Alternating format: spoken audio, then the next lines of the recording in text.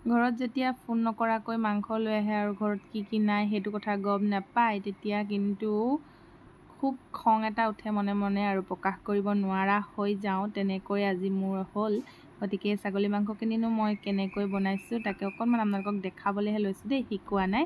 এয়া মই অলপমান তেলত মই ঘি দি লৈছোঁ, তাৰপিছতে চেনি অকণমান দি ল'ম আৰু চেনিখিনি গৰম হৈ নোযোৱালৈকে মই একোৱে নিদিওঁ। তাৰপিছত এটা জলকীয়া দিছোঁ, তাৰপিছতে মই পেষ্ট কৰি থৈছিলোঁ যে সেই পেষ্টখিনি দি আৰু ধুনীয়াকৈ ভাজি আছোঁ।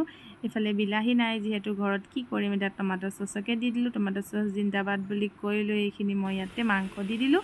আৰু মাংসখিনি যে পানী ওলাইছে, কিন্তু আচলতে পানী নহয়, মই গাখীৰ দি মেৰিনেট কৰিছিলোঁ, দেখিছিলে নিশ্চয় প্ৰথম ভিডিঅ'ত।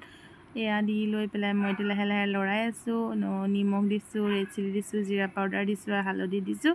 লাহে লাহে লৰাই আছোঁ। এইফালে মাংস টেষ্ট কৰিবলৈ কিন্তু ৰেডি হৈ আছে দেই মাংস হোৱালৈকে।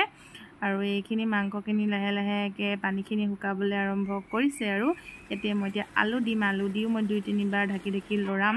আৰু এয়া দেখিছেনে লৰাইছোঁ, এইফালে ছাইডত লাগি লাগি ধৰিছে আৰু লাহেকৈ পানী দিব হৈছে। এইফালে গৰম পানী কৰি থৈছিলোঁ, এইখিনি গৰম পানী ধুনীয়াকৈ দি দিলোঁ ইয়াতে মই এতিয়া।